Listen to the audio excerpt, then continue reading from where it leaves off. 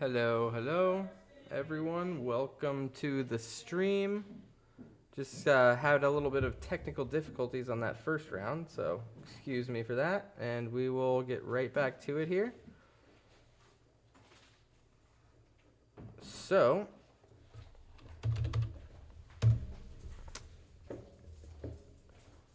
just 1 second here, my friends and fellow fintech enthusiasts.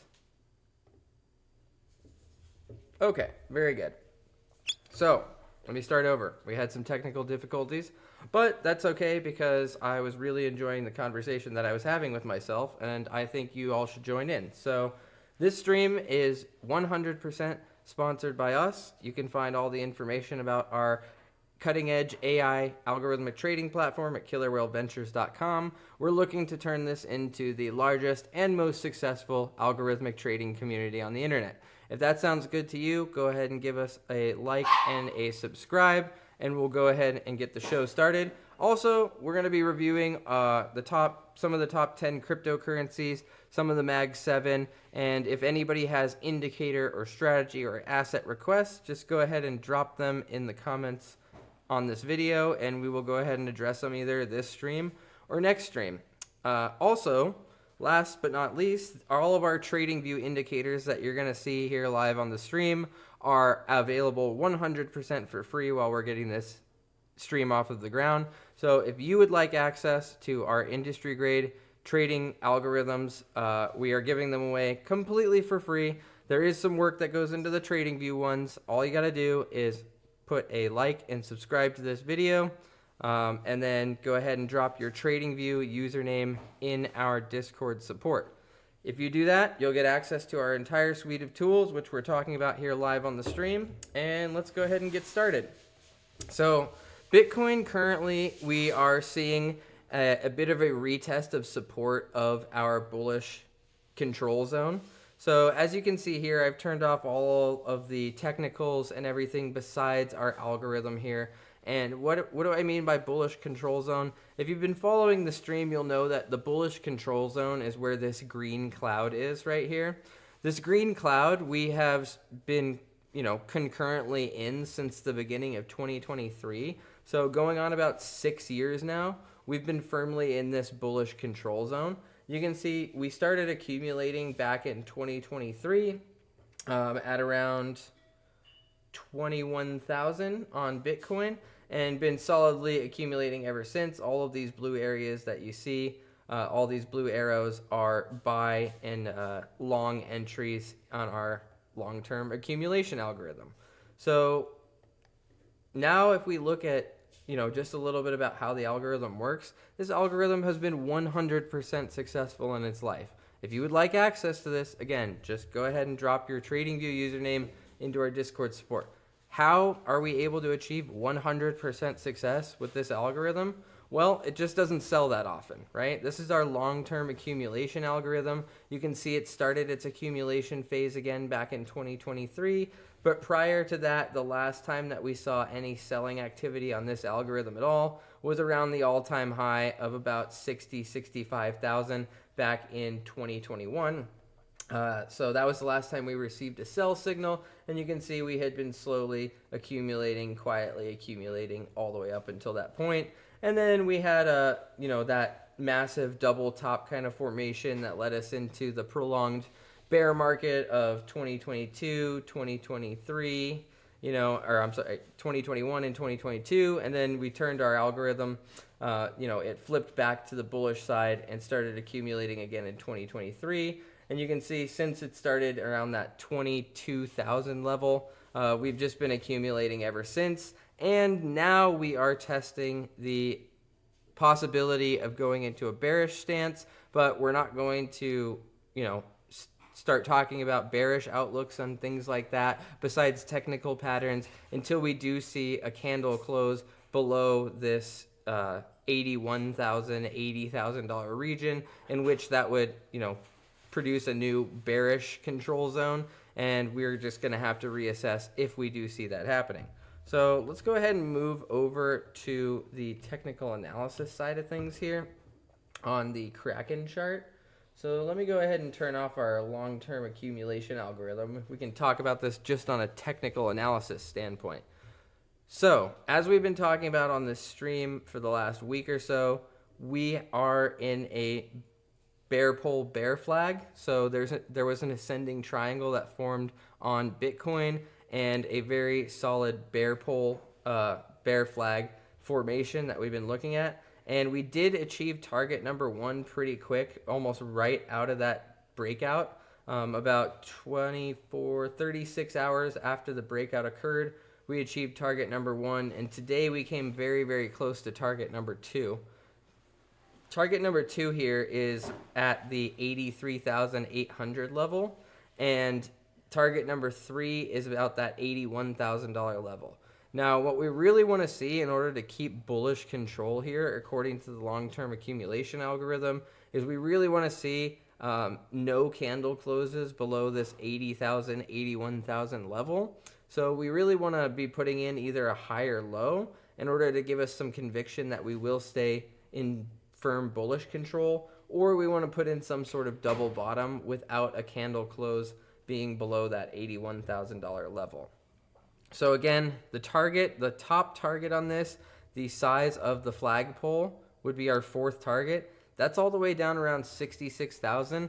And I know that's not something people want to hear, but that just is the reality of the targets that we have measured. So what we really would like, according to, our long-term accumulation and just Bitcoin staying generally in a bullish stance, is we want to stay above 81,000. But our top target for this one, or I guess our bottom target rather, is that $66,000 level. So just so you know, really want to hold 81,000, but if not, it's a pretty quick trip down to this final target down here. And that would put us at levels that we haven't seen since about October, November of 2024. So, we really want to stay above these key levels of, the most recent swing low on this longer term outlook being around 75,000. So it's a bit of a mixed bag here, but we do have very real, very measured targets going all the way down to 65,000. We'll just have to see how the market continues to move. And, if the stock market continues to stay bearish, if there's bearish news and bearish outlook and bearish sentiment, there's not much more we can do, but we do have our targets realized here just in case, right? We just want to know where we could possibly go. So we do have all that measured. Any questions, comments, just go ahead and drop them in the chat. So let's go ahead and move on. Seasonals here real quick.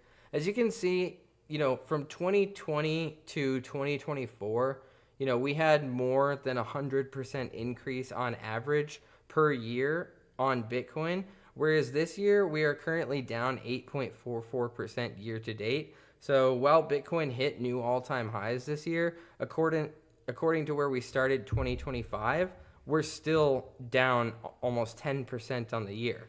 So it's a little bit out of the norm of what is typically happening this time of year. Typically the last, 4 years, 5 years, minus the 2022 bear market, we were consistently seeing, really strong upward moves towards the end of the year, like October, November, December. At least the last 2 years were super, super bullish, and the altcoins had really nice rallies and things like that. But this entire year, both Bitcoin and the altcoins have been having a bit of a hard time, keeping their footing, as in like staying above where they started the year at. Okay, let's go ahead and read from Cointelegraph why Bitcoin's popular narratives don't match the data. James Check on 2026. Bitcoin's price may look deceptively familiar, but according to on-chain analyst James Check, the market beneath the surface has changed far more than most investors realize. In a new interview with Cointelegraph, Check revisits a question he was asked earlier this year. Are we in a bull market or a bear market? While Bitcoin is trading near similar price levels, Check says that leverage, investor cost base, and sell-side behavior are now very different, and all those shifts matter. In fact, a majority of the capital currently invested in Bitcoin was acquired at higher prices, leaving many holders underwater and shaping a cautious sentiment. One of the most persistent myths this cycle, Check argues, is the idea of long-term holders simply don't sell. On-chain data shows that coins of all ages, from months to many years old, have been returning to the market with an unusually fast pace. This supply, he says, has played a significant role in recent price action, even if the narrative only caught up much later. At the same time, the analyst pushes back against claims that exchange-traded funds like ETFs, Michael Saylor, or corporate treasuries have captured Bitcoin. While those entities are important, they represent only a small portion of the total market activity. The bigger takeaway, he suggests, is how large and liquid Bitcoin has become, capable of absorbing mass flows without any kind of volatility seen in earlier cycles. Looking ahead, Check shares his current framework for 2026, challenging both blind optimism and outright bearishness. The conversation also touches on sovereign adoption, portfolio construction, and long-term risks that most investors rarely think about. Okay, so that goes basically into what a lot of analysts are saying right now, in that we're probably going to see an extended type of cycle now that we have a lot more adoption in the space. Even compared to where we are just a few years ago, Bitcoin was trading at $20,000 in at the beginning of 2023. So we've seen over 100% increase year over year, and just in the last 3 years or so, we've seen a massive increase in the price of Bitcoin caused by, ETFs, large players getting on board, and Bitcoin being worth in the trillions of dollars of market cap worldwide, right? It's now like, the number 10 largest asset on the planet. So I would say that there is good reason for these cycles to, be stretched out a little bit further and not follow the typical 4-year pattern that we've seen before. Okay, Bitcoin, we got to stay above 81,000 if we want to stay bullish for any near-term price appreciation of both Bitcoin and the altcoin space. We really need to stay above that $81,000 level. So as I pointed out, we have our targets measured, and we're just going to be monitoring the price here and utilizing our long-term accumulation algorithm to average us into the position. Let's go ahead and move on now to Ethereum. Ethereum, we had a really nice breakout of this descending channel that we've been talking about, right? We've been talking about it since we entered the play around that $3,000 level, right? We had a nice breakout and retest. This is picture perfect, exactly what we want to see going into a breakout. We achieved target number 1, so we've already taken 50% of our trade off of the table. We've been watching this throughout the streams the last week and a half or so, but basically what we're looking at is we've taken 50% of our trade off the table. Our risk to reward is 2 to 1. So in terms of risk to reward, we're going to gain on this play no matter what, even if we do come down to our stop loss.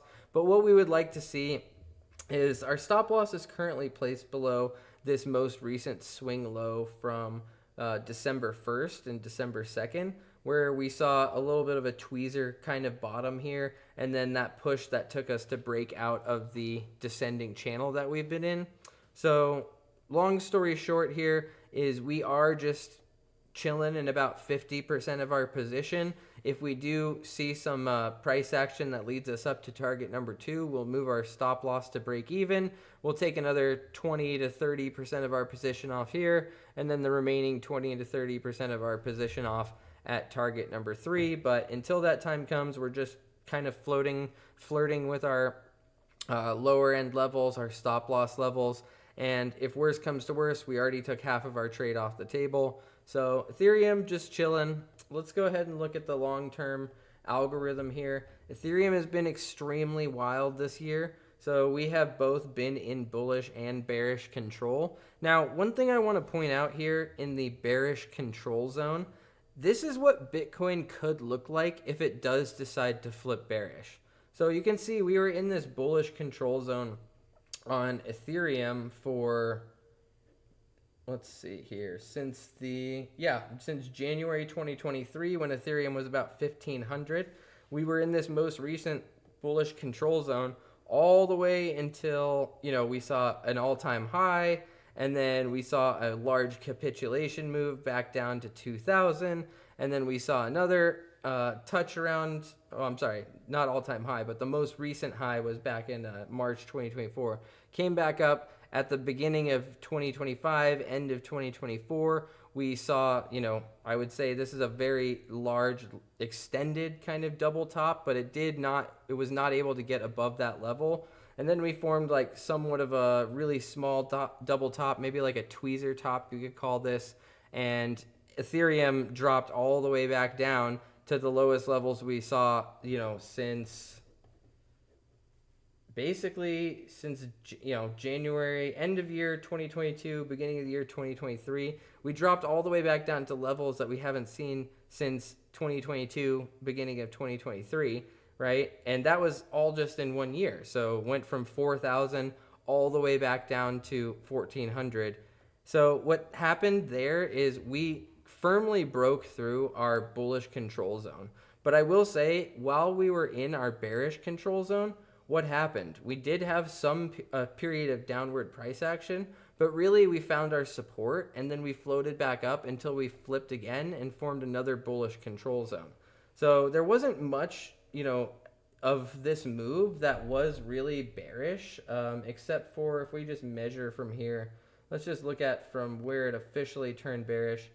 Yeah, we saw about a 25% move to the downside, and then just an absolute massive rocket ship from 1,400, where we had this really beautiful descending broadening formation. You're going to hear me talk about these patterns a lot because they're not only in the crypto space, but they're in the stock space, and they're all over the place right now.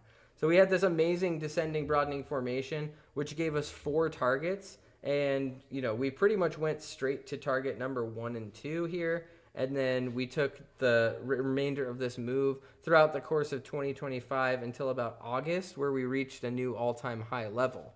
So that's a long story, but basically all I'm getting at is even if Bitcoin flips to a bearish control zone, it doesn't mean that we're just going to keep going down forever, right? We could have a quick move below it and then turn back around and reestablish bullish control like we've seen on Ethereum here.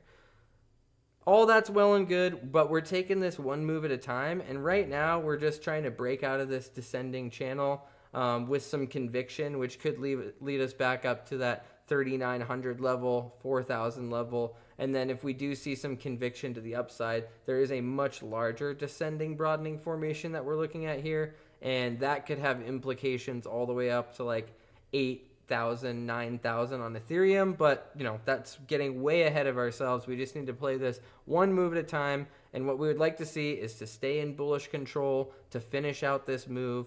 But either way, like I said, if you've been following on the stream, I know we just started, so some of you may be coming in new here, and basically we've already taken 50% of our trade off, so no matter what, we're going to finish this thing profitable, but this is how we've speculated this move for the time being. Great. Ethereum, moving on to, so I just added a couple of streams ago, I added Binance coin to the list of coins that we're going to talk about every day, because it meets the criteria for long-term accumulation. This thing has done extremely well in its lifetime. And as I was talking about on the previous stream that we did, we've been following Binance coin since it was $5, and now it just had a most recent high of $1,300. If you have a long-term outlook on these things and you can hold on to an asset for some period of time, over a year, you're going to see some pretty spectacular moves. Another thing that I want to point out is a lot of our customer base, actually I would say the majority of our customer base, is all following these hype cycles, right? When Bitcoin's in the news, when it's 120,000, 126,000, we had a huge influx of new users around these $115,000, $125,000 levels. And while that's great, we want to get people on board at any level whenever they're interested. This is the time that you really need to be utilizing our AI technology, because our AI is going to be trading for you, accumulating and rebalancing.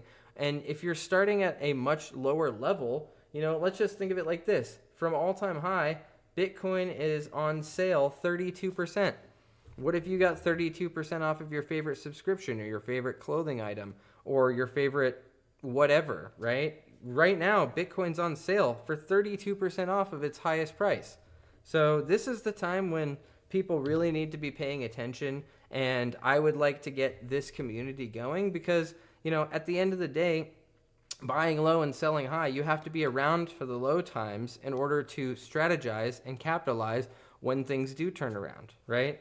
A lot of stocks at the beginning of 2025 dropped by 30, 40, 50% and have come back and made extraordinary new highs, like Google, for example, just absolute rocket ship. Nvidia consistently does this, right? This happens in the crypto space too, but you just have to be incredibly vigilant about your coin selection and why you're choosing to put your hard-earned dollars into these assets. Okay, so going back from BNB, again, we've been following this thing since it was $5 back in 2017. So now, even being, let's see, about 38%, 40% off of its most recent high, it's still $829, right? So let's just go ahead and look at the seasonals here and just kind of, speculate on this a little bit. So 2020, we saw a 178% increase on Binance Coin. 2021, a 1,272% increase. 2023, minus 53%. 2023, 27% gain, and 2024, 124% gain. Where this year we've seen 18% increase year to date. That's kicking out of just about every asset in the crypto space. It's doing better than Bitcoin. It's doing better than Ethereum. It's doing better than Solana by miles, right? So now we're going to be talking about this on stream every day. And we did just enter a fresh play 2 days ago, right after the stream had ended. I analyzed this with a few members in our group, and basically, we're in this position on Binance Coin right now. Best place to have averaged in was at this lowest level right here when we had the breakout and retest. However, we were a couple of days late, so we just strategized moving into a position where we have measured right here. So we entered that position about $865 on Binance Coin, and so far we haven't really seen, we've only been seeing some downside action. So what I'm looking for here is target number 1 is about 984.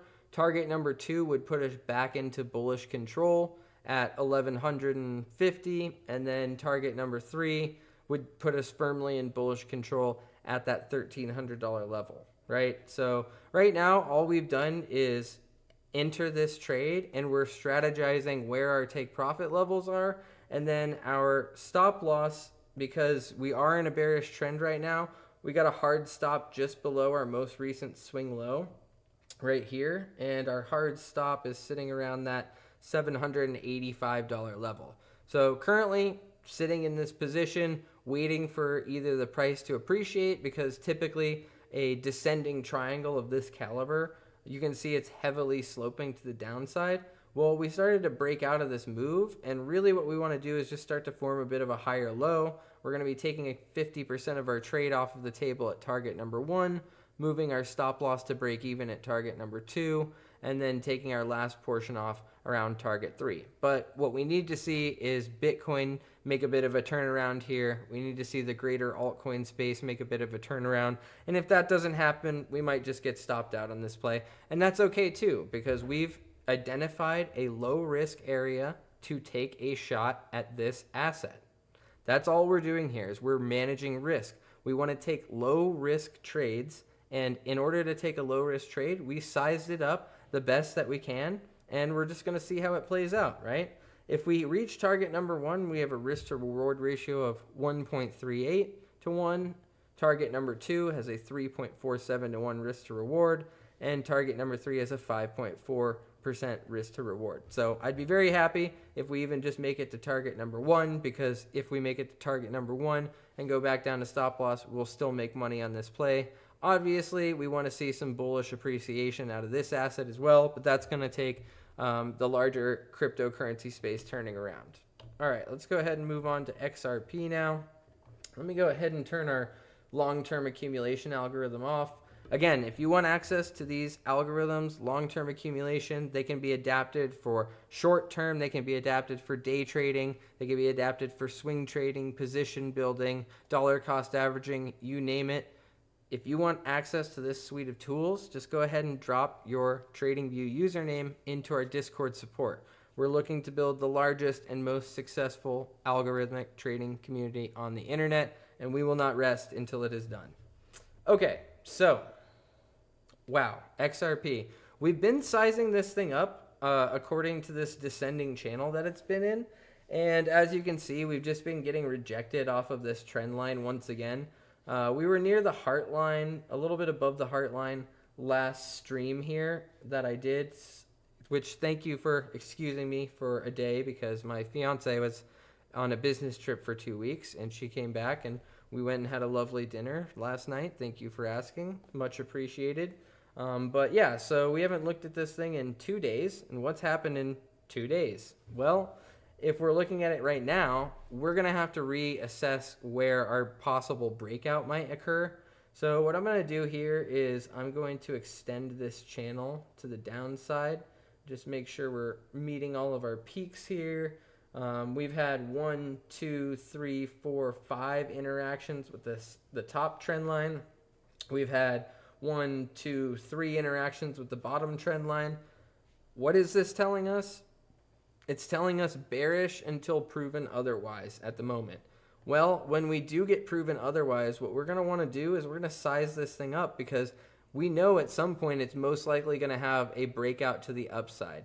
Descending patterns, especially like these descending channel patterns, they rarely break to the downside. And when I say rarely, I'd say maybe 15 to 20% of the time will they capitulate enough to actually break out of the bottom of this, right? We have to have at least 3 touches on top and 2 touches on bottom, in my opinion, to make a channel valid of any variety, right? Even if it's an ascending channel, same thing. We have to have multiple touches on the top, multiple touches on the bottom, and really just give us a solid conviction that we are in a channel. And big players and small players alike are seeing this channel being formed. So there is hundreds of thousands of people, if not millions of people, eyeing up this exact same thing. I am not special. I do this for the greater good of humanity, that I want to show you guys that this is all absolutely possible, and all we're doing is sizing up an area where we can take a shot while risking as little as possible on a play. So what we're doing right now is we're taking this down because we're expecting our breakout zone to be like around this area where I've placed these 2 circles. And really why I placed these 2 circles is like a potential breakout and then retest zone. But it's easy to move things around with these descending channels because the targets are not going to change. We don't need to remeasure the targets because we are in a descending channel. Right? We've already measured the targets once. They're going to stay the same in a descending channel. Versus like a descending broadening formation like we're seeing here, the targets will change, right? They'll change in size and shape, and depending on how low the asset goes, the top target will be higher than where we previously measured. But right now we're just trying to measure the breakout of this channel. So we're just going to go ahead and speculate. You know, we are pretty darn bearish at the moment on XRP. But what I want to do here is I just want to keep a watchful eye on where we could see some action occurring for a bullish move.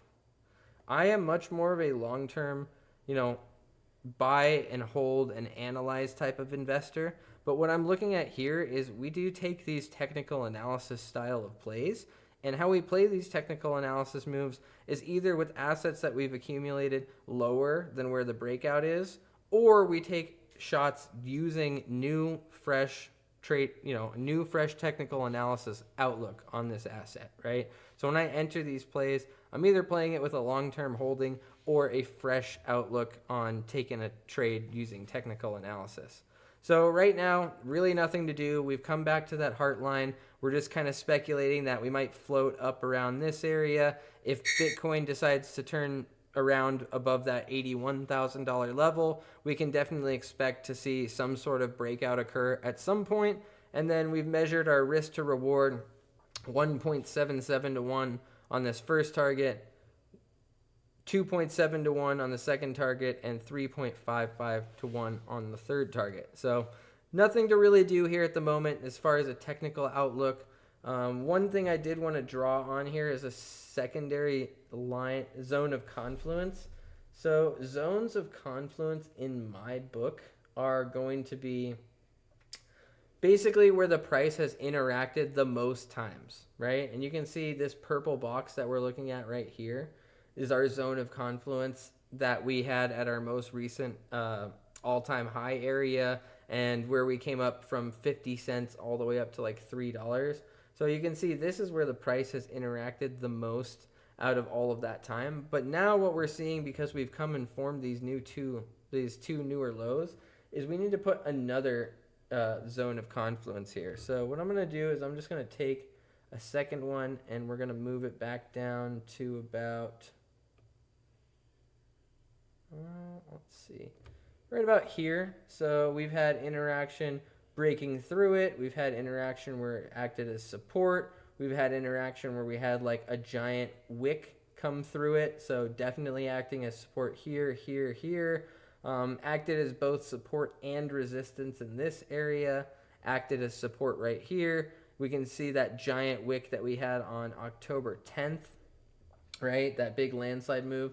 And it went through the zone of confluence, but there was a lot of support in this area. We've seen it go act as support right here. And then most recently, it didn't really act as support. It acted more as resistance just the last couple of days here. So we're just going to keep this zone of confluence as like a secondary level to keep an eye on, just because we've seen so much interaction with it in the past. So now we kind of have two zones where we're really looking at some interaction occurring. You can see on this top zone, it was mostly acting as resistance here, some support here, resistance, and so on and so forth. So we're just going to keep an eye on this. Nothing to do from a technical outlook, but let's go ahead and turn our long-term algorithm back on. Let's see, was it this one? Yes. So again, this algorithm has been 100% successful in its life. If you would like access to this algorithm, just drop your TradingView username in our Discord support. All the information is down below in the description. How are we able to achieve 100% success on our XRP algorithm? Again, it just doesn't sell that often. So the last selling activity that we saw occur was in December of 2024 when we had that giant push market wide. The news that was coming out about XRP and, possibly being done with their court case and setting a new precedent in the space and all of that led from the, years-long 50-cent area that we were trapped in, a price appreciation all the way up to $3, right? Some of our long-time customers really capitalized on this move because we've been accumulating XRP. We believe in XRP for a very long time now, right?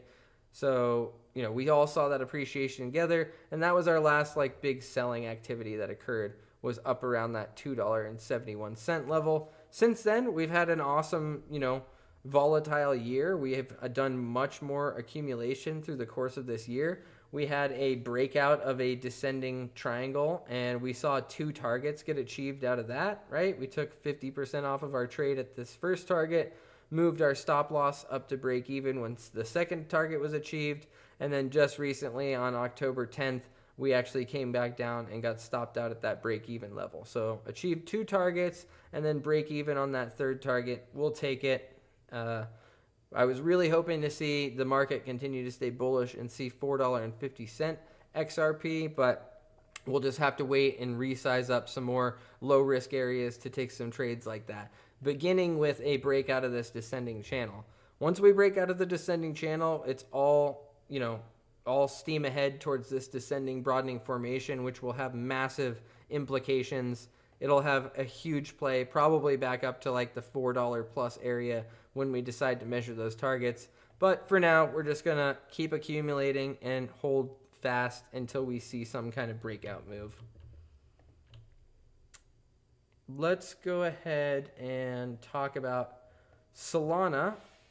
Solana is having a tough time. There's no doubt about that.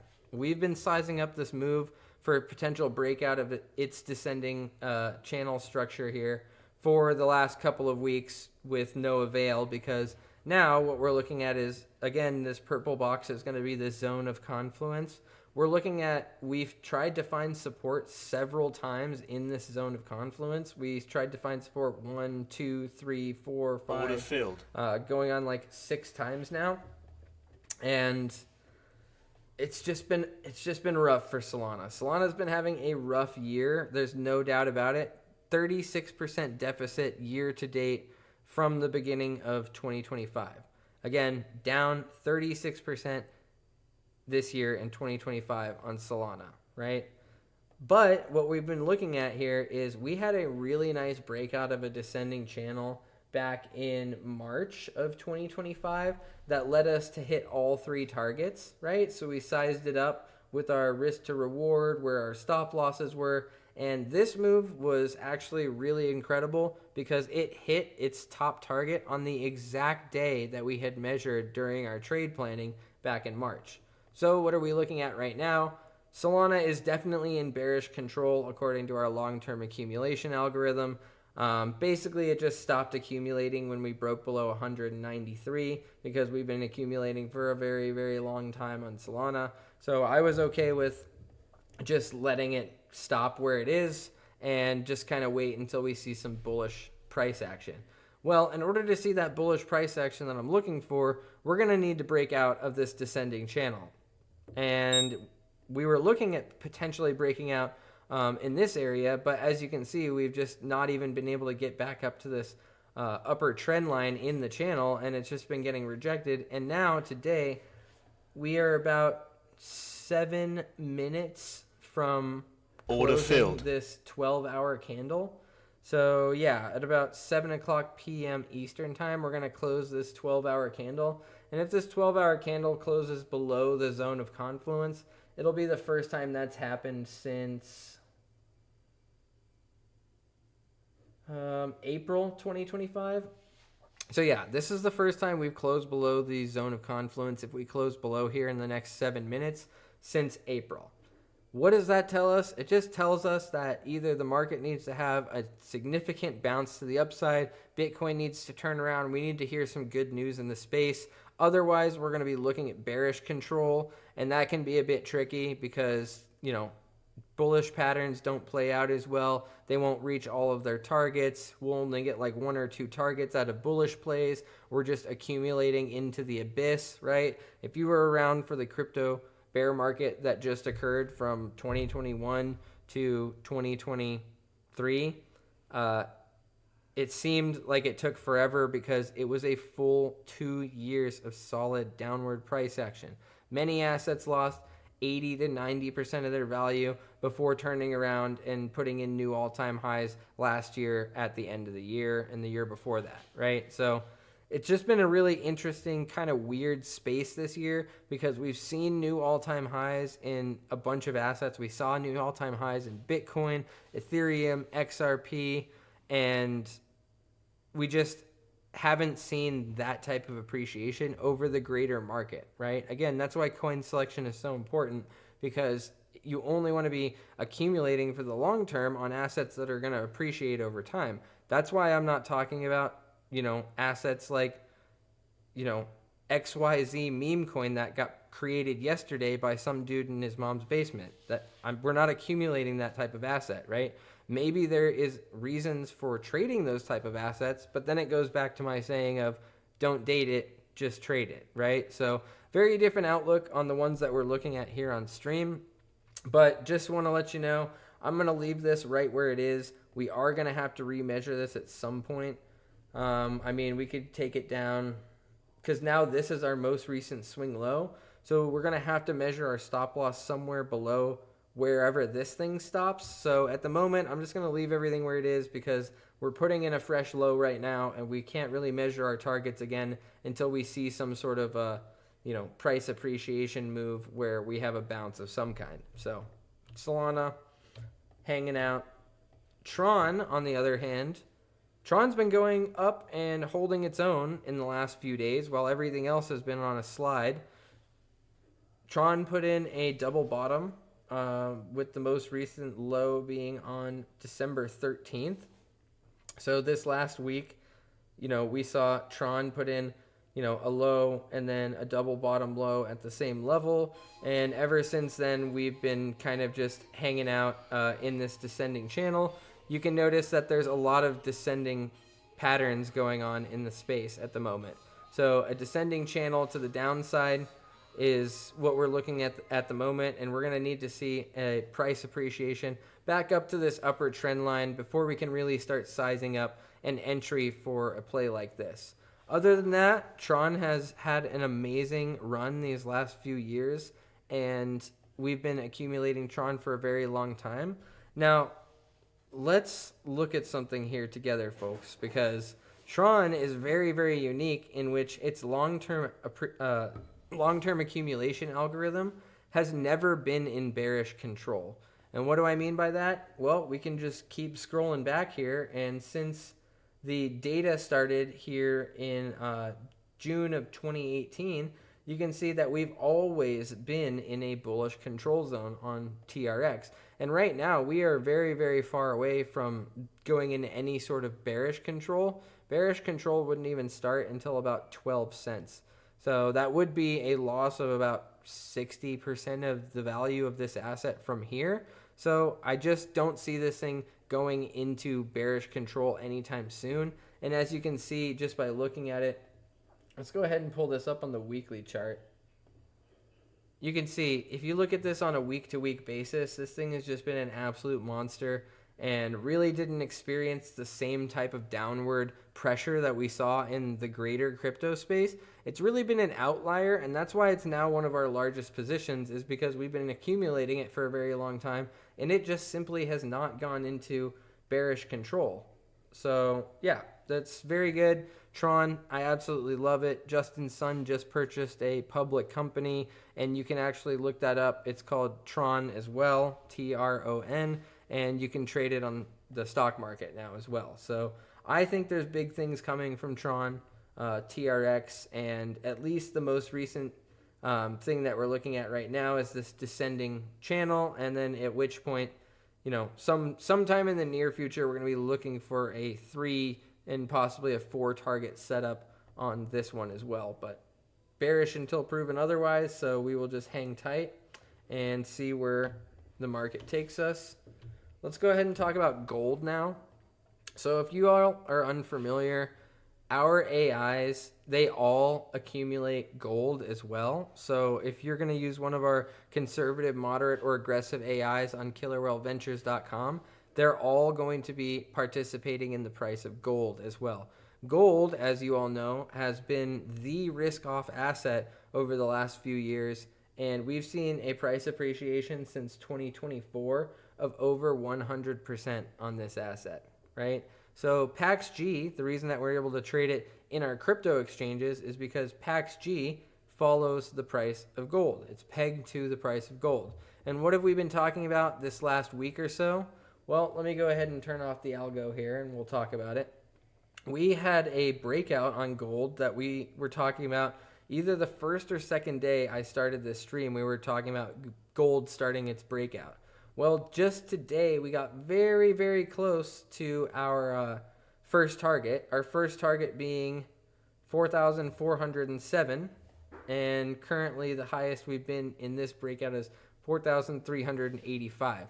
So if we see about another $20 from this high point, we're going to hit our first target. We're going to take 50% of our trade off of the table, and then we're going to size up the rest of this move, right?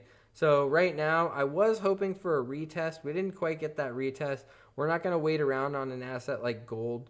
We know gold's going to do well, and it's not going to hurt us to hold it, right? But it's from a pure trading perspective, what we're looking at is we put our stop losses below these most recent swing lows that we had going into this breakout. And now we just need to achieve our first target in order to take 50% of our trade off the table.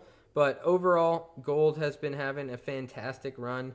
Don't expect it to slow down anytime soon. And investors like Kathy Wood have really been touting gold as the risk-off asset. So we've been looking to, other seasoned investors and analysts going into what can we look at on the price of gold here, and risk off assets. Everybody is touting gold. Maybe not everybody, but people are touting gold as the risk off asset at the moment. So this is the outlook that we have. Let's go ahead and talk about the algo. I did change up the algo the other day because what I wanted to do is I've been accumulating PAXG for a very, very long time, and I wanted to start taking some off of the table regardless of achieving the targets or not. I wanted to take some off of my long-term position build. So I changed the algorithm in order to allow it to take 10% off of the table anytime the profit target is reached. And if we look at the algorithm here, you can see that our profit taking metric is hitting a 50 on the ATR.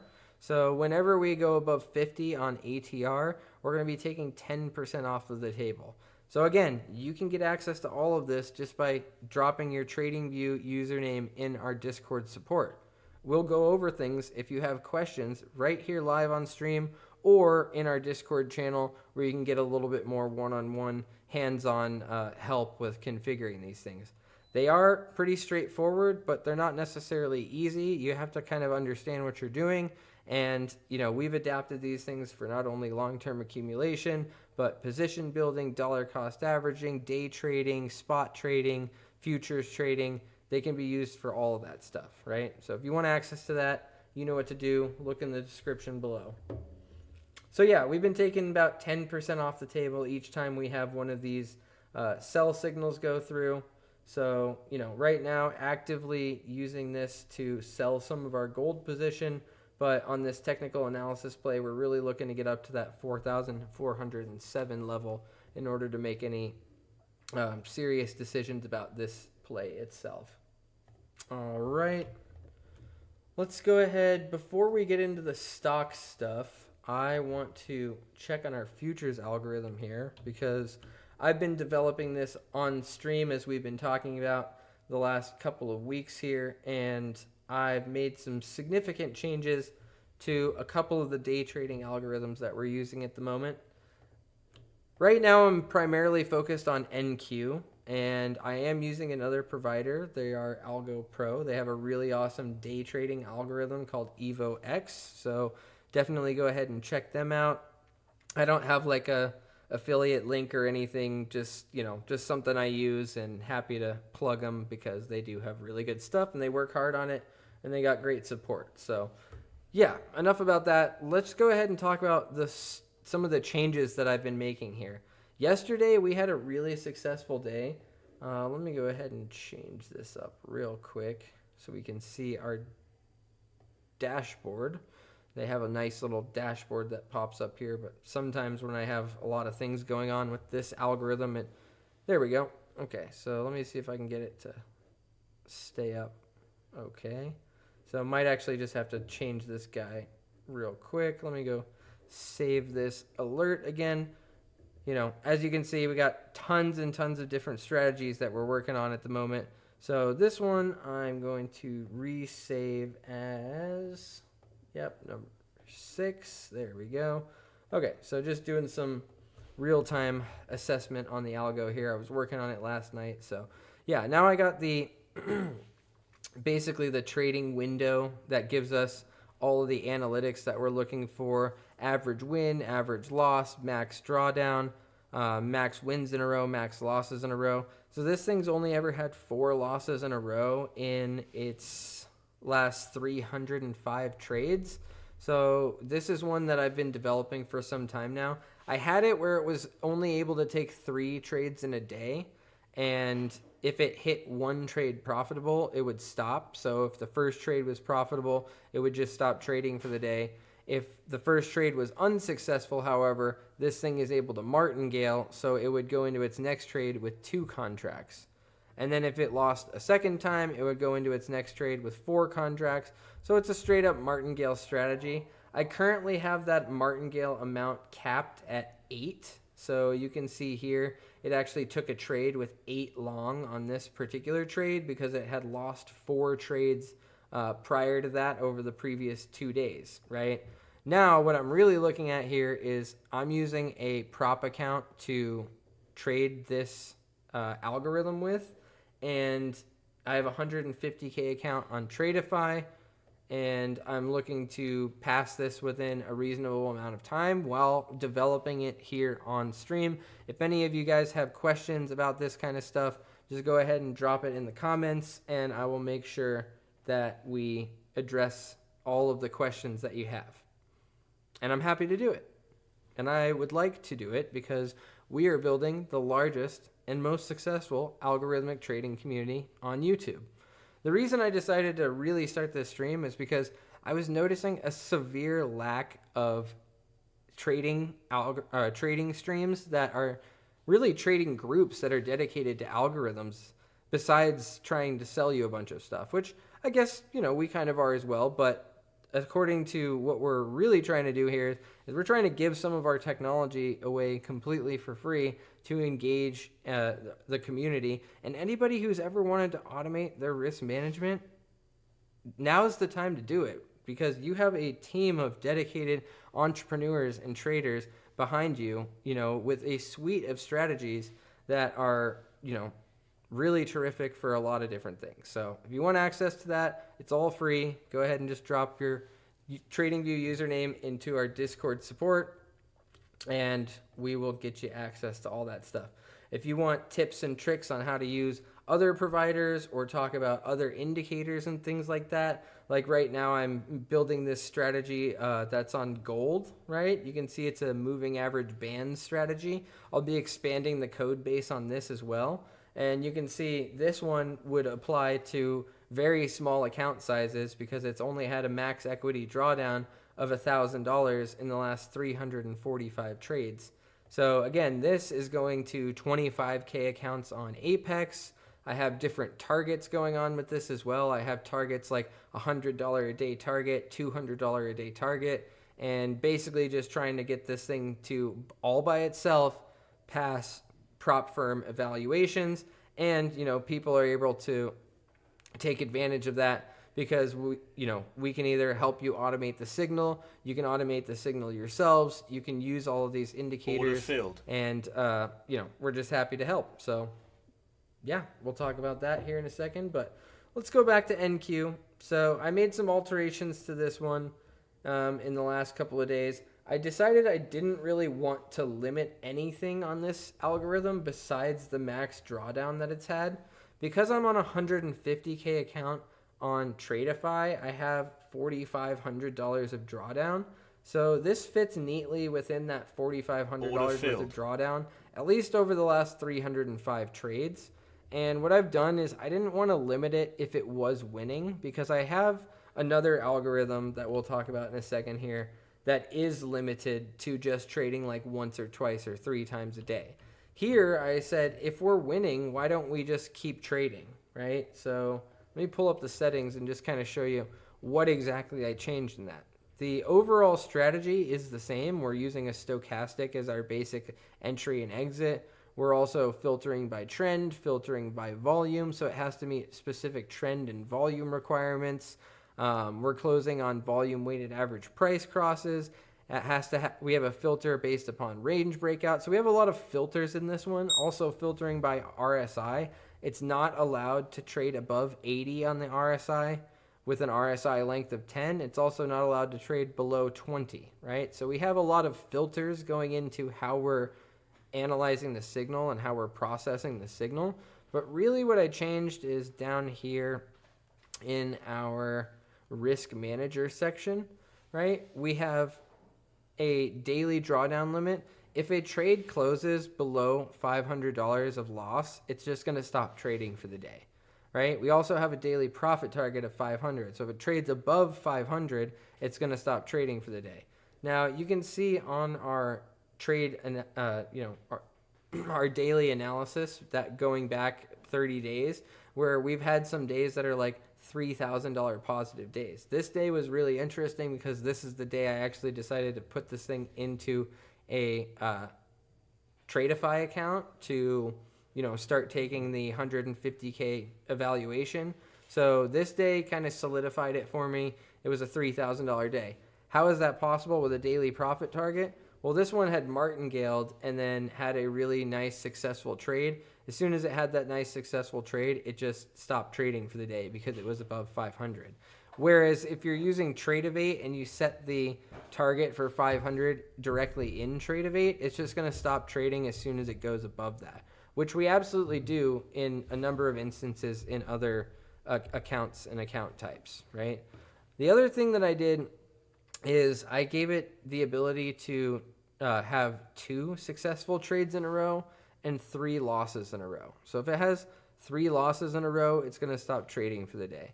If it has 2 successful trades in a row, it's going to stop trading for the day. But anything in between that, as long as it hasn't gone over its profit target, it's just going to keep trading, right? So that was one of the edits that I made in this thing, and it actually made the profit curve on this really, really nice, and it gave us a much higher total profit than we were previously looking at, because the total profit on this one before, with about the same max equity drawdown, was only like 35,000. So while it was like a 10-to-1 risk to reward, I've actually managed to edit some of the parameters and get it up to almost 20-to-1 risk to reward, which is crazy. So I'm expecting some pretty good things from this. And again, we'll just keep watching it.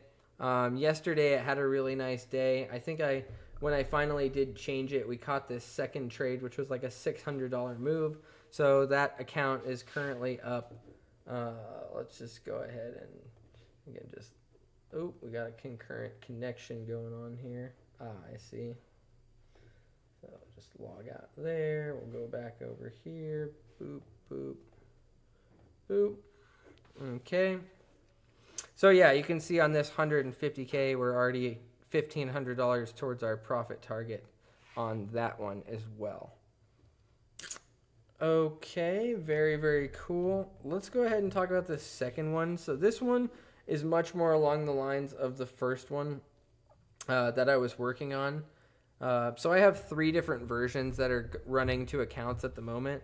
The first one was what we were just looking at. This second version is a little bit more nuanced. It's going to stop trading if it has 1 win. So, you can see like right here, for example, this day it had a loss on its first trade, and then it martingaled and had a win on its second trade. So this one can trade up to 3 times in a day.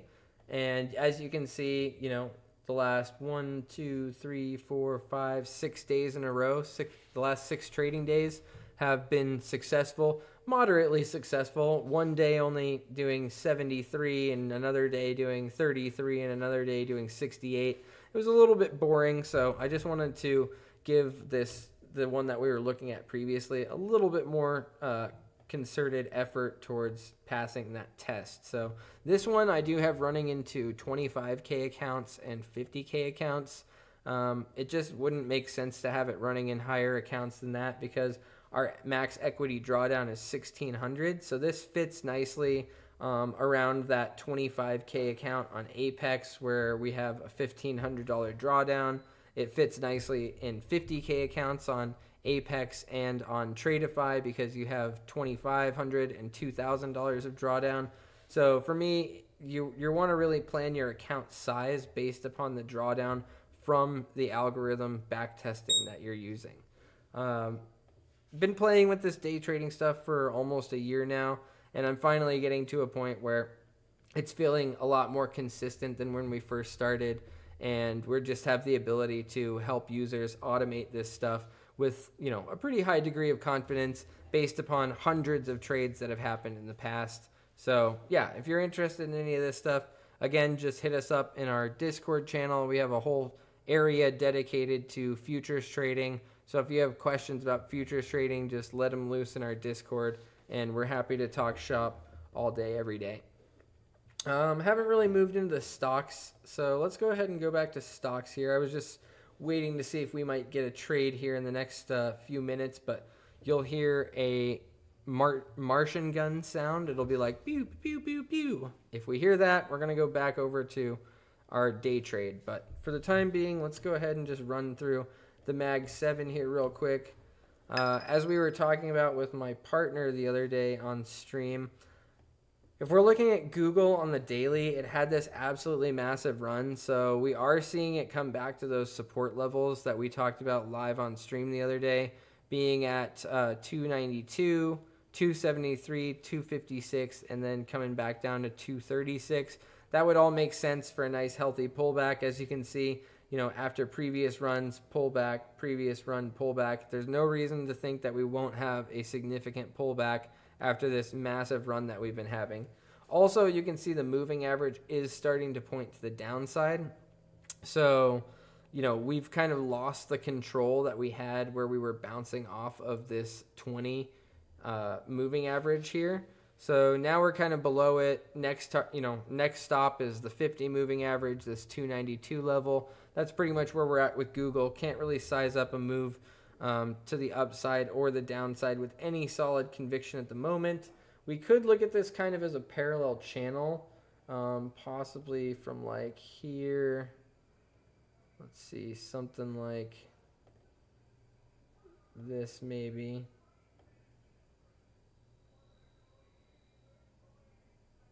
Yeah, we got a proper ascending channel here. So yeah, we'll be looking at a breakout to the downside. We could size this up while we're on stream here. Let's go ahead and go short position. And we're going to measure our first target as the size of the structure from breakout, which is right about there. Perfect. And our most recent swing high, which would basically be all-time high. We might even be able to scooch it down to like here. But let's just go ahead and, yeah, we'll scooch it down to like this previous high from December 4th. And then we can go ahead and measure one or two more targets here just to kind of speculate what this move might play out to be. The next one we could measure down to another swing low below that. So, target number 2 would be that 237 area that we've been talking about as a level of support to the downside. Target number 3, I mean, if we did want to measure it, I just don't think we'll get down there, but let's go ahead and measure it just to speculate. Target number 3 would probably be this previous swing high over here, and that would bring us all the way down to 210. So can that happen? Absolutely, right? But, we're just going to kind of size it up like that for the time being. And we could also put on here some expected breakout levels. So maybe in the next few days here, next few trading days, we see something like this. And then we could do one like this where we have a breakout to the downside, retest kind of area like that. Maybe move our targets down a little bit here just to give ourselves a little bit more conviction around the breakout move. We'll do something like this, boop, and something like this. Nice. Okay, so yep, that's how I'm going to size this thing up for the time being. Let me just go ahead and replace these. Boop, boop. And very good. Okay, yeah, so that would give us risk to reward 1.48 to 1, 2.52 to 1, and 3.69 to 1. So we'll either be seeing a strong bounce from where we're at back into the channel, or if we do start to see a breakout, we could be measuring these targets as our potential breakout zones. Okay, let's go ahead and go to Tesla. Tesla just doing crazy stuff. Nothing out of the ordinary. Tesla doing crazy stuff, but it's doing some crazy awesome stuff because we had been anticipating this breakout of a descending broadening formation, and you can see we got a firm breakout, and ever since then we've been trying to go to achieve target number 1. Target number 1 will be a fresh all-time high if we do achieve that. So you can see we just made a recent all-time high at that 495.28 level, and currently we're sitting at 483. We had a really solid breakout, and then we had 2 bullish green days, right, with which pushed us all the way from, we had a bit of a gap up here from 459 to 480, 459 to 469. We still have a gap right here, so that gap could, be looking to get filled, in which we might make a retest, and we could look at maybe making a secondary entry upon a retest. But really what we want to see is we're already in this play. We're going to be taking 50% off of this play, off the table right about here at our first target, which is 504. Now, if we look at it from a little bit wider lens, we still have our third target to achieve from the breakout that occurred back in August. So back in August, we had this descending triangle, and we already achieved target number 1 and 2, but we're still waiting for target number 3, right? As soon as we got to target 1, we took 50% off. Target 2, we moved our stop loss to break even. So currently on this last play that we decided to take, we have 25% of our trades still on the table, and target number 3 is up here at 520. So we'll be achieving multiple targets if we get up to target 1 and 2 of the current breakout that we're in. But yeah, just kind of riding this last play up to target number 3. Target number 1 and 2 are, probably on the horizon here for Tesla if we do continue to see upside bullish action on this asset. Let's go ahead and move on to Meta. Meta, we were sizing up at, this could be a good area to put in a reversal because we're looking at that support level around 332.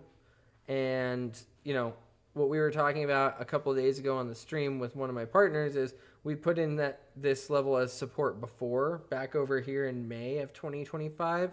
And then we are kind of doing exactly what we were talking about on stream. Let me go ahead and turn the algo off here. There we go. So we are looking at this descending broadening formation, and now we're kind of looking at potentially kind of a cup and handle kind of thing going on here, where we have a, descending, rounding-ish bottom kind of pattern, and then a handle with some support here. Now, we did have that really interesting day where we had a shooting star candle happen in the middle of a descending trend. So in a downward trend, we have a shooting star candle. That's not really that common, so it gave us some interest. It could be an inverted hammer candle potentially too, but we saw a serious rejection off of these higher levels. Now we've kind of put in a little bit of support here, and we've formed a higher low, and we are starting to move to the upside. So we could even speculate a little bit on this, that this could be, if I go ahead and throw a curve on here, let's just go ahead and measure this if we were going to. We're just speculating again. That's all we're really doing around here anyway. But yeah, let's go ahead and measure this as kind of a cup and handle formation. And we'll go from there.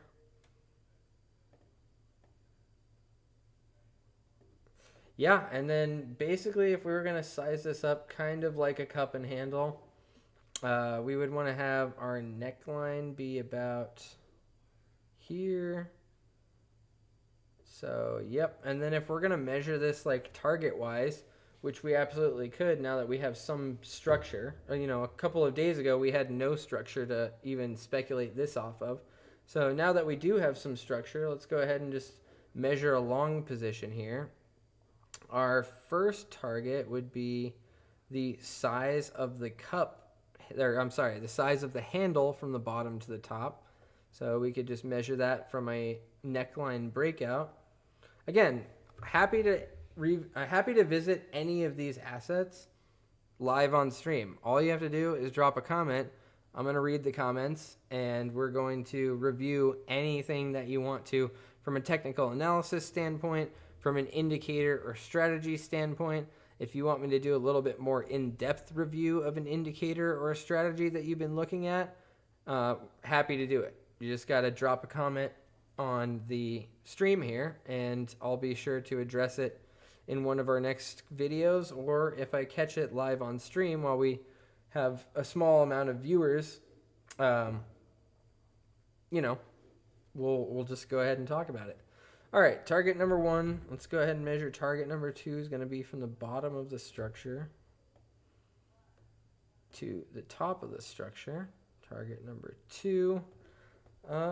Target number 3, well, there's a really big gap right here, so I don't know how comfortable I am measuring target number 3 off of this giant gap, but, you know, if we wanted to, we could measure target number 3 somewhere around previous all-time high, you know, this high that we had right after all-time high that started the formation of this descending structure. So yeah, we could definitely size this thing up a little like this maybe. I am going to want to move our stop losses up a little so that we are at least 1-to-1 risk to reward on this. So yeah, target number 1 is now risk to reward 1-to-1.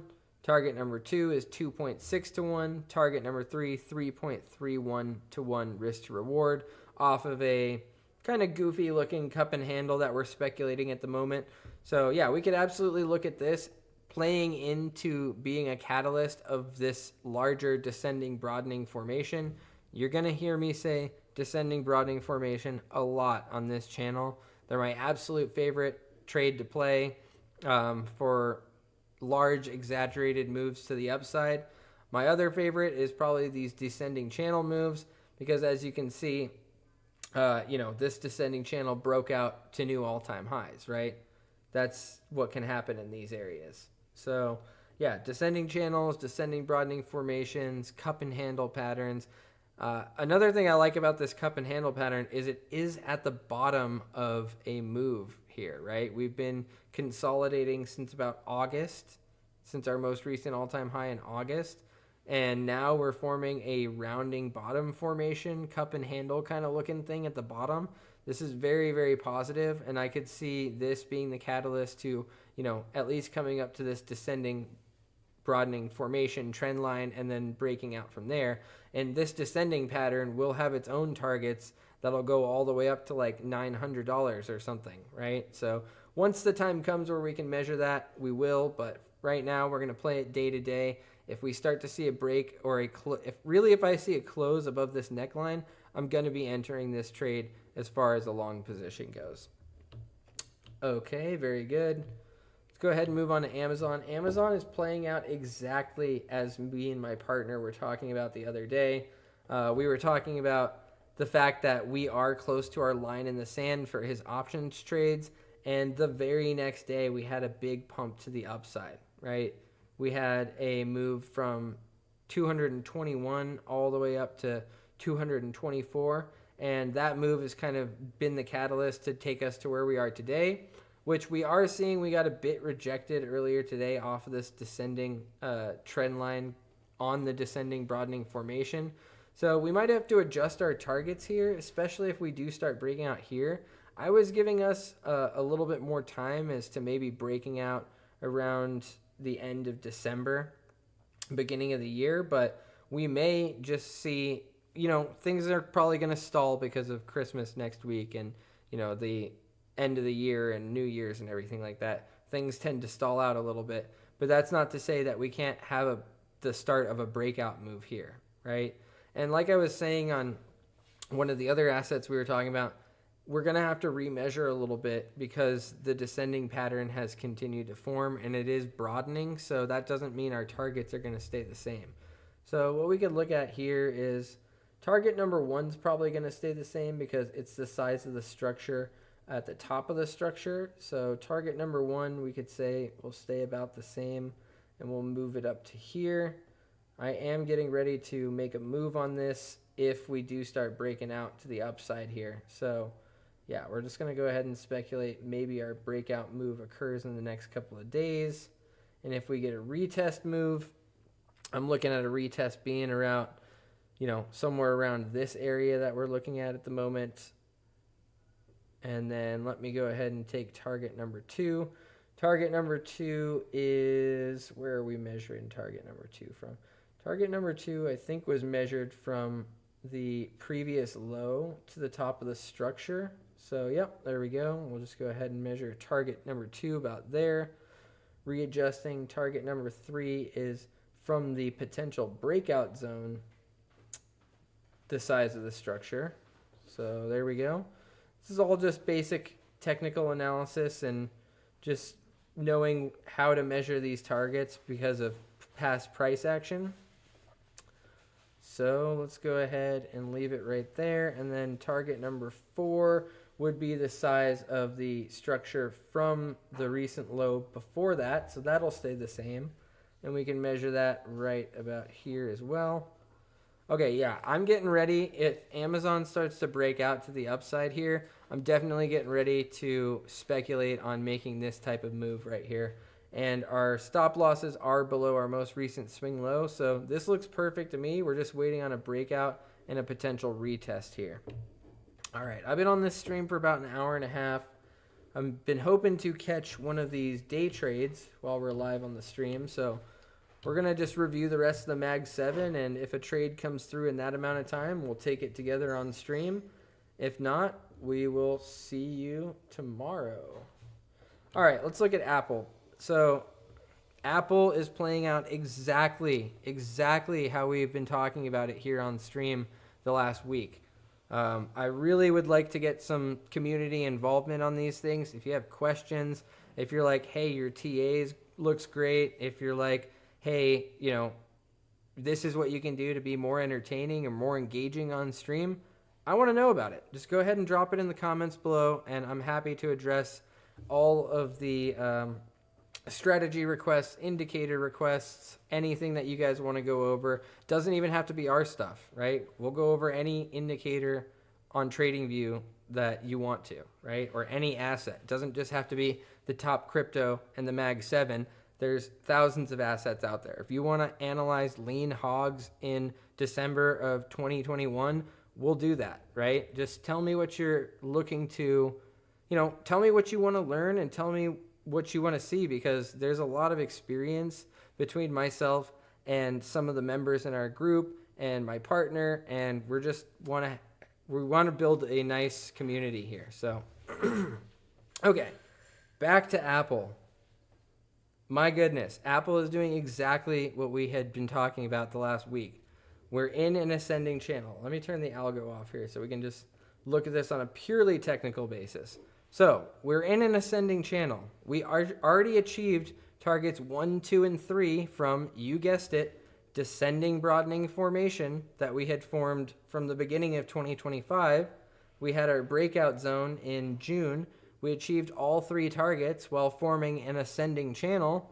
And now where are we? We're breaking out of the ascending channel, and we've gone, we had a nice support wick yesterday.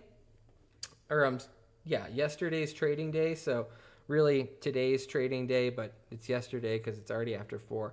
You guys get it. Anyway, so we had a nice hammer looking candle, right? A hammer candle is formed when there is a small or non-existent wick on the top, a small body, and a large wick on the bottom. What this means is there was a heavy amount of selling pressure during this 4-hour candle, which was completely consumed by bulls, right? The bulls came back and bought this thing from $2.67 all the way back up to $267, all the way back up to $272. So that gives us some conviction that there is bullish pressure going on here. Also, we can say that there has been an interaction in this area many times before over the last, through November. This area acted heavily as support. As you can see, we tested it 1, 2, 3, 4, 5, 6, 7, 8, 9, 10, 11, 12, 13, 14 different times. We've interacted with this level as support. Now, because we're breaking out of a ascending channel to the downside, we did see that hammer candle, but we haven't seen any follow-through support from the bulls just yet. The reason I think that is because we had a solid breakout and candle closes below the trend line, and now we've kind of come back for our retest. I've been measuring these retests a little wide. Maybe I need to measure them more like the breakout being like a smaller zone, something like this, and then our retest zone being a little bit different. Let me see. Let me move this guy, move that. So yeah, maybe something a little more like that for our retest. But ultimately, I'm looking for our retest to give us a nice solid conviction of where this breakout actually is. I'm not really one to play shorts all that often, but this one looks pretty tasty, and I might be entering this thing on the short side. Maybe just taking out some short contracts in like Charles Schwab or something like that, and just going short on a spot basis, or just playing this thing in the sense of maybe selling part of my Apple position and then rebuying back around these areas, something like that, you know, in a small way. I'm not really like the short guy. Again, I'm much more of a long-term accumulation and, you know, playing like intermediate term and mid-term swings and things like that. But this is looking pretty much picture perfect to at least take us down to like this 250 level. I could absolutely see that happening. So I might be sizing up some sort of short action, whether that's just selling part of my, my large accumulation position or something along those lines, to where we might capitalize on this in some fashion. So again, you're welcome to play this however you want. I'm just measuring it on the chart so that we can all be looking at the same thing and just kind of have an expectation of, hey, we might be going down to this 263 and then 250 area. And if it decides to stay bearish for some period of time, even maybe back to 223, not going to hold my breath for that one, but you know, it could happen, right? We could start to form another descending formation or another descending channel or something like that, and we'll be stuck with it, right? This is bullish until proven otherwise. Well, I think we've just now been proven otherwise on Apple, where we broke out of the channel. Major players, everybody looking at Apple is seeing this happen, and there's going to be players, you know, trying to take advantage of the fact that we were breaking out of a descending channel, right? So we're going to keep an eye on Apple, but that's the skivvy on it at the moment. Microsoft, let's go ahead and go over to Microsoft. So we've been accumulating with our algo this entire time on this descending channel, but let's go ahead and turn the algo off at the moment and just talk about this in the terms of we're breaking out to the upside of a descending channel, right? So we had this, you know, we're looking at this on the hourly at the moment. So we had this like double top, kind of tweezer top looking thing on like larger time frames, where we had a significant push to a new high, and then we came back and got rejected off of that same high, right? Even a little bit lower than where that high was put in. So that's kind of like a double top, maybe a tweezer top on like larger time frames. But ever since then, we've been in this descending channel. So this descending channel just started to break out a couple of days ago. We've been speculating this thing since day one on the stream, right? We broke out at the measured, you know, guesstimate of where we could have a breakout, right? We fell inside the circle. Now we've broken out, and it looks like we're coming back for a nice retest here, right? I've already entered this move a little bit, but you know what I really want is to come back and at least come back to our, our speculated breakout area, which you can see it pretty much broke out like right where we had put our targets at, right? So this is why trade planning is so important, because we're speculating towards this asset going all the way up to 560. So if that occurs, that'll be right back up to previous all-time high levels. And yeah, we're just kind of like sizing this up because this is a low risk area to take an entry on a long. You know, and it's more than just the accumulation style of long that we're looking at the moment. Like, we can actually take a sizable trade in this area looking at the targets the way that they are here. And our first target, risk to reward 1.39 to 1, second target 2.24 to 1, and third target 3.83 to 1. So if we, you know, come back down here, enter our larger portion of our position, and then go up to target 1, no matter what, even if we go back down to our stop loss, we're coming out in profit on this technical analysis play because we have a risk to reward of more than 1 to 1, right? So obviously we'd want to see it go up to target 2 so we can move our stop loss up to break even, and then we just kind of go from there. So actually I'm going to adjust the stop loss here because doesn't quite make sense to have it so wide. I am going to put it below this most recent swing low, but I'm going to put it back over by this support area, and then also this level of support you can see here at 467. So now that we're fully in this breakout, I'm going to bring our stop loss up. So actually that adjusts us to 2.73 to 1, 4.5 to 1, and 7 to 1. So yeah, hard stop for me is going to be at that 467 area. And yeah, we're just going to kind of speculate that this is a move that we can now reasonably size up because our risk is very low, right? It's 2.73 to 1 on our first target, and this is how we're going to size it up going into this move. I do want to see it come back down to this entry level, in which I'll be taking a bit more of a bite off of this position, a larger chunk. But yeah, this is what we're looking at the moment on Microsoft. So very cool. I do expect to see some pretty good things coming out of this position just because we have been forming this since October. So yeah, a few months now that this descending channel has been forming, and we did have a nice jump across the creek breakout, just looking for a bit of a retest. Let's go into NVIDIA. NVIDIA is having a little bit of a struggle here. It did the same sort of thing that we were looking at on, what was it? Was on one of the cryptos we were looking at. But yeah, same sort of thing here where we got rejected off of the descending trend line from our descending channel here. And overall, I'm still sizing it up as our potential breakout area right about here, potential retest area right about here. Somewhere in between there, I'm definitely sizing up as like the area that I'll be looking to take a bite off of this play. Until this happens, we're just going to sit tight.